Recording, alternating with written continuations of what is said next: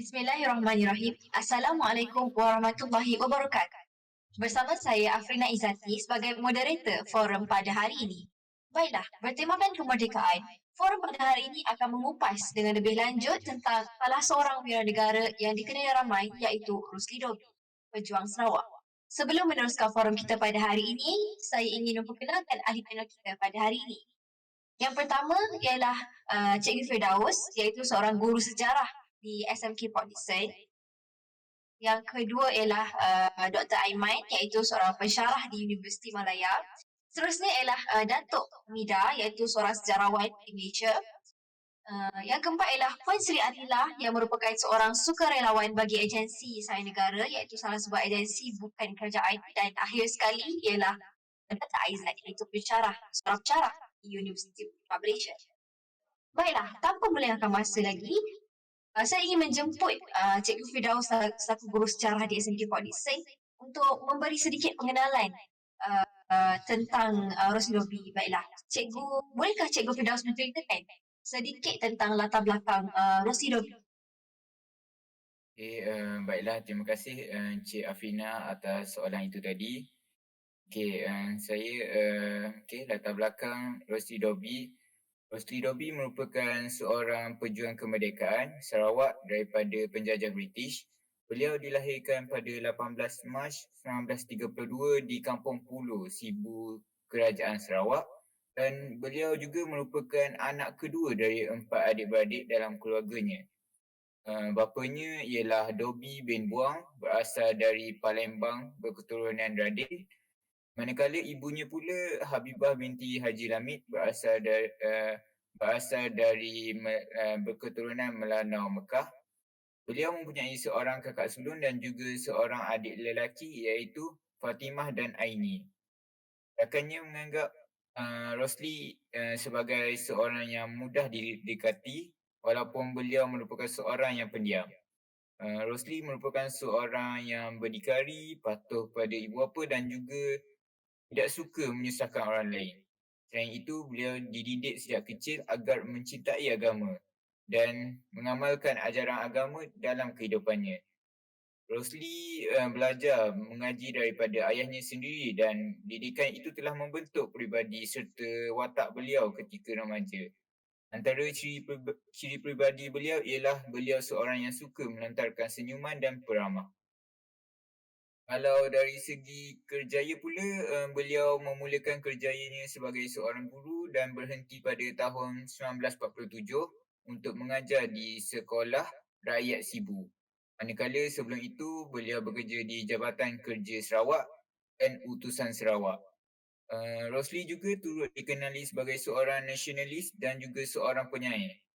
Hal ini dibuktikan apabila beliau telah menulis satu puisi yang berjudul Panggilanmu yang Suci, dan ianya telah dipaparkan di dalam Utusan Sarawak. Sepanjang beliau menuliskan puisinya, beliau menggunakan nama samaran iaitu Lidros di dalam agar identitinya tidak diketahui umum. Beliau juga menyertai pergerakan pemuda Melayu Sibu di bawah kepimpinan Sirat Haji Aman, dan seterusnya beliau menyertai Rukun 13 pada Ogos 1948 setelah diperkenalkan oleh seorang sahabat lama beliau iaitu Awang Ramli. Itu saja daripada saya.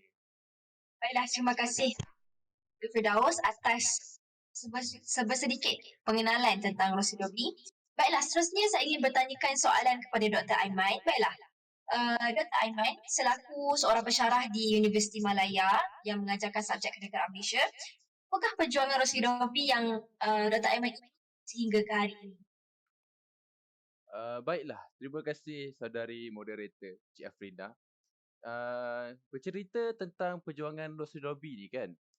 Rosli Dobi ni berjuang untuk menuntut hak kemerdekaan.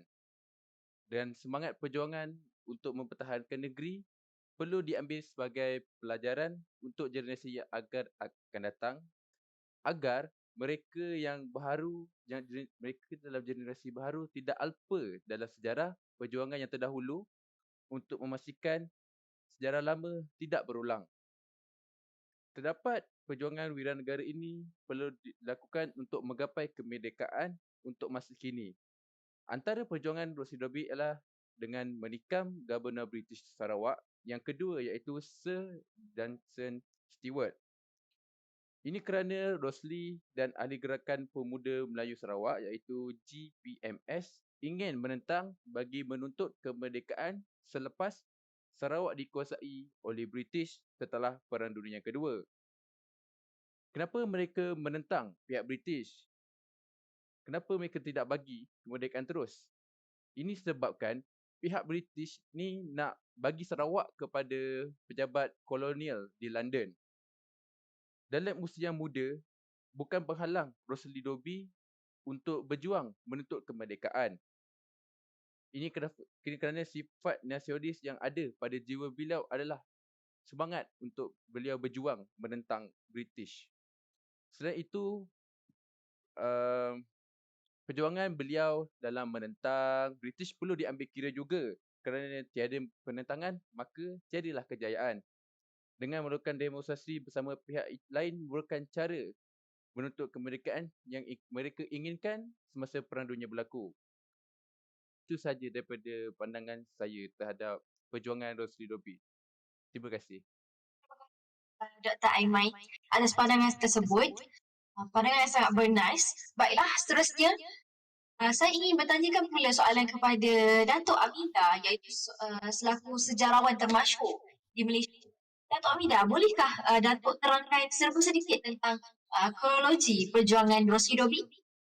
Ya, terima kasih moderator atas soalan yang diberikan. Jadi kronologi ini bermula pada Disember tahun 1949 di mana ketika Sir Dunstan Stewart tiba di Sibu. Waktu itu beliau baru saja dilantik menjadi Governor Sarawak yang baru saja menggantikan Charles Aden Park. Jadi semasa hari kejadian, Sir Dunstan Stewart ni dia berjalan untuk bertemu penduduk Sarawak untuk pertama kalinya. Dan pada waktu yang sama, 4 ahli rukun 13 iaitu Rosli Dobi, Moshidi Siddiq, Awal Ramli dan Bujang Sutong, mereka juga turut berada di lokasi kejadian tersebut. Jadi Rosli Dobi dan Moshidi Siddiq antara orang ramai yang mengalukan kedatangan Governor British itu ke Sibu. Pada masa Governor bertemu sekumpulan pelajar sekolah tempatan yang turut disertai oleh Rosli, Moshidi Siddiq ini bermula untuk mendekati Sir Dunstan dan berpura-pura untuk mengambil gambarnya dengan menggunakan kamera rosak. Lalu Governor yang tidak mengetahui apa-apa ni, dia mula untuk mengambil gambar bersama yang lain. Namun demikian, semasa Sir Dunstan Stewart sedang bergambar bersama Rosli Dobi, beliau telah bertindak menikam Sir Dunstan Stewart dengan satu pisau beracun. Namun, cubaan kedua oleh Rosli Dobi untuk menikam Sir Dunstan, ianya telah dihalang oleh seorang pegawai polis. Hal tersebut telah menyebabkan Rosli dan Moshidi telah ditahan di lokasi kejadian tersebut. Sementara itu, Sir Dunstan Stewart digesahkan ke Hospital Kuching kerana luka tikamannya yang parah. Sir Dunstan Stewart kemudiannya dibawa ke sebuah hospital di Singapura akibat dia keadaan yang kritikal yang menjadi punca kewafatan. Kembali kepada Rosli yang ditahan di tempat kejadian, beliau dihantar ke penjara Kuching untuk dibicarakan dan kemudian dipenjarakan. Lepas peristiwa pembunuhan Sir Dunstan Stewart, Rosli Dobi dan Moshidi Siddiq telah ditahan dan dijalankan penyiasatan ke atas mereka berkenaan rukun ahli 13. Namun, apabila Tuan Haji Sirat telah membocorkan rahsia pada pihak polis, Bujang Sutong dan Awal Ramli turut ditahan beberapa hari kemudian. Selepas beberapa bulan meringkuk di penjara, mereka ni didapati bersalah membunuh pada 4 Disember 1949 dan dijatuhi hukuman mati. Setelah selesai perbicaraan, British telah menghukum mereka, ahli-ahli rukun 13 yang terlibat dengan pembunuhan Sir Dunstan Stewart dengan menjatuhkan hukuman gantung sampai mati. Namun meskipun Rosli Dobi belum mencapai umur yang matang, iaitu ketika beliau baru saja berumur 17 tahun, beliau dikenakan hukuman gantung dan tidak dikenakan sebagai pesalah ujar benar. Tindakan ini dikecam ramai kerana mereka percaya bahawa perkara itu tidak tidak sepatutnya berlaku. Namun, ketidakpuasan hati ramai penduduk tempatan, kerajaan British mengambil keputusan untuk menyekat mayat Rosie Dobbie keluar daripada penjara pusat Kuching. Kesannya, mayat Rosie Dobbie serta rakannya yang lain telah dikebumikan di perkuburan yang tidak bertanda dalam pekarangan penjara. Itu saja. Baiklah, Dato' Amida, setelah berlaku peristiwa tersebut, kesannya pada penduduk Sarawak. Jadi kesan selepas peristiwa pembunuhan sedang peristiwa ini telah menyebabkan Sarawak melalui tahun-tahun yang huru-hara. Antaranya adalah pemberontakan gerakan anti penyerahan Sarawak yang menentang pihak British untuk memerintah Sarawak sebagai jajahan mahkota dan bukannya sebagai sebuah protektorat yang diperintah oleh Raja Putih yang telah dihancurkan apabila sokongan oleh penduduk tempatan berkurangan kerana taktik agresif yang digunakan oleh Rosie Dobbie. Bersama-sama dengan penentangan daripada beberapa pemimpin Melayu yang pro-British, kebanyakan anti-Sionis telah dibenteras dan ditangkap lalu dihantar ke penjara, malah sebahagian daripada mereka telah dipenjarakan ke penjara Changi di Singapura. Walau bagaimanapun, keadaan kemudiannya kembali kepada normal apabila semasa era Gubernur Sarawak ketiga iaitu Sir Anthony Foster Abba yang malah mereka yang dipenjarakan di Changi dibenarkan pulang ke Sarawak untuk meneruskan hukuman di penjara pusat Kuching. Selepas Sarawak mula untuk mentadbir urus sendiri pada 22 Julai 1963, Sarawak mencapai merdeka daripada Britain melalui pembentukan Persekutuan Malaysia pada 16 September 1963. Batu nisan telah dipasang di makamnya dan kubur para pejuang tersebut digali semula itu selepas 46 tahun berehat di pekarangan penjara. Jenazah mereka telah dipindahkan dari penjara pusat Kuching untuk dikebumikan di makam pahlawan Sarawak berhampiran Masjid An. Baiklah, terima kasih Dato' Amida atas penerangan tersebut. Jadi kita teruskan dengan Puan Sri Atila. Baiklah Puan Sri, selaku ketua bagi agensi sayang negara yang telah berkhidmat selama 10 tahun. Jadi pada pendapat Puan Sri, bagaimanakah cara untuk semangat cinta akan negara? Terima kasih saudari moderator. Terlebih dahulu, yang dihormati barisan tetamu kehormat, kombinasi intelektual panel yang lain dan juga seterusnya para hadirin yang saya kasihi sekalian. Soalan yang amat menarik. Baiklah, berbalik kepada konteks utama kita iaitu Rosie Dobbie. Pahlawan ini banyak mengajar kita tentang semangat yang diungguli oleh beliau dalam memperjuangkan perkara yang sepatutnya dan juga mengajar apa itu erti cinta akan negara. Jadi terdapat 5 cara yang dapat kita tempuh. Antaranya yang pertama iaitu melalui pembelajaran subjek sejarah. Pembelajaran ini bukan sahaja dipelajari melalui sekolah rendah maupun sekolah menengah, bahkan juga ketika kita berada di peringkat pengajian tinggi. Jadi, pembelajaran sejarah ini dapat menyadarkan masyarakat tentang proses perubahan dan perkembangan dalam dimensi waktu yang telah berlaku dalam negara kita. Berbalik kepada tajuk utama kita iaitu Rosie Dobbie, pejuang Sarawak yang sangat berani dapat dipelajari oleh mereka dalam isi kandungan subjek tersebut. Malahan juga dapat mengkaji bagaimana Rosie Dobbie dijatuhkan hukuman gantung dan peristiwa yang terjadi sebelum beliau dijatuhkan hukuman tersebut. Yang kedua iaitu sikap patriotisme dalam diri. Jadi, semangat ini juga dapat dipamerkan melalui corak sikap patriotisme pahlawan itu sendiri melalui nilai-nilai yang ditonjolkan oleh mereka.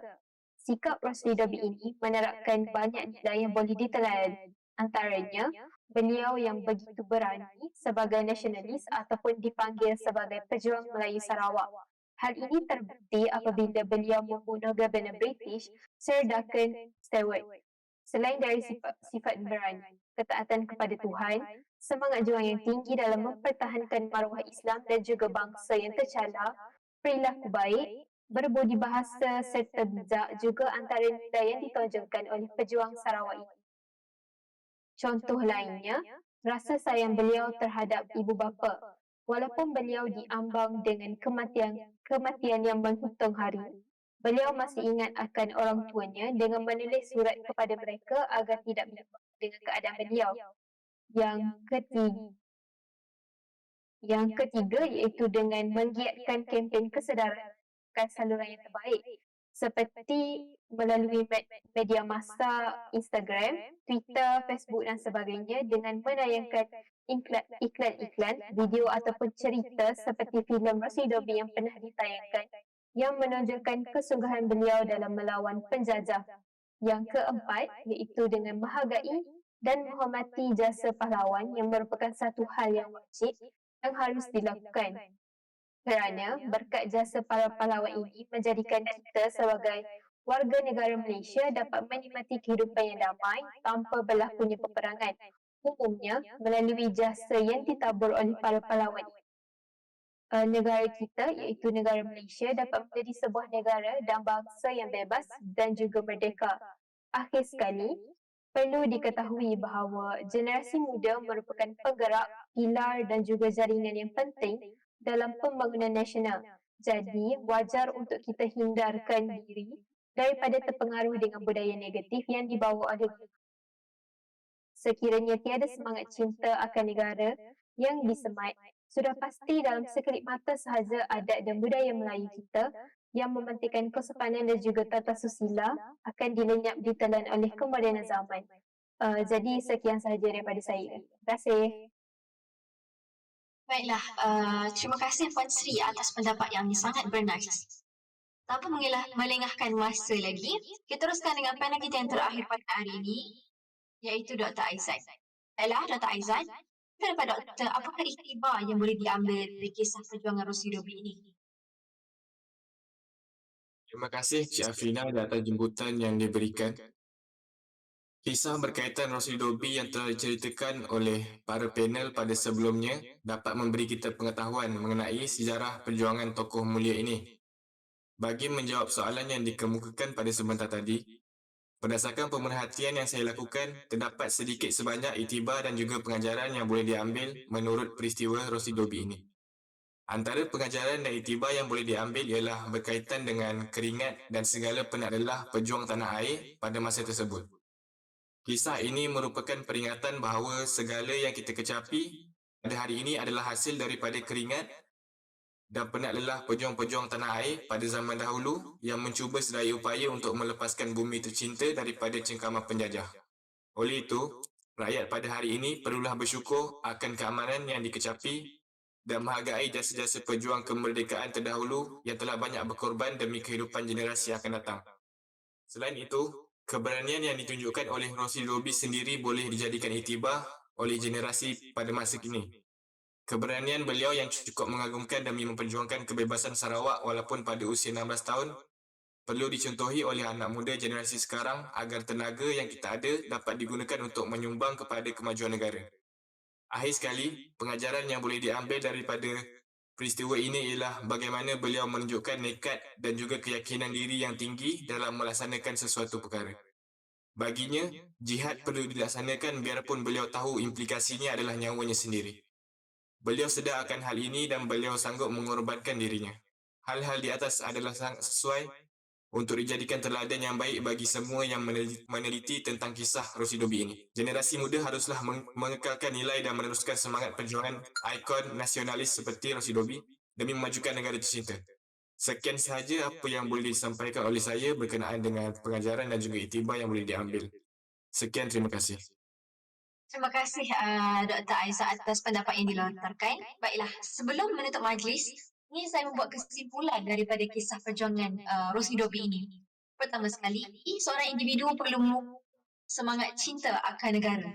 Berdasarkan pengorbanan yang telah dilakukan oleh Rosie Doby, kita sewajarnya mencontohi Rosie Doby dalam menyayangi negara. Selain daripada itu, individu seharusnya membebaskan diri dari dijajah sama ada dari segi fizikal maupun mental. Zaman sekarang mungkin kita tidak dijajah secara fizikal, namun mental kita mungkin sudah dijajah dan telah banyak dipengaruhi oleh ideologi barat. Seharusnya rakyat Malaysia perlu memerdekakan diri dari dijajah tersebut. Dan akhir sekali, penting bagi rakyat Malaysia untuk menghayati kisah perjuangan wiranegara agar kita dapat membentuk Malaysia yang lebih harmoni, Malaysia yang lebih menghargai perjuangan wira-wira negara.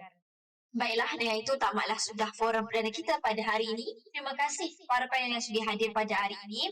Terima kasih kepada para penonton yang sudi menonton forum pada hari ini. Oleh itu saya Afrina Izzati mohon maaf atas segala silap dan salah sepanjang pengacara. Kita sudahi majlis kita dengan lafaz wabillahi taufiq wa hidayah.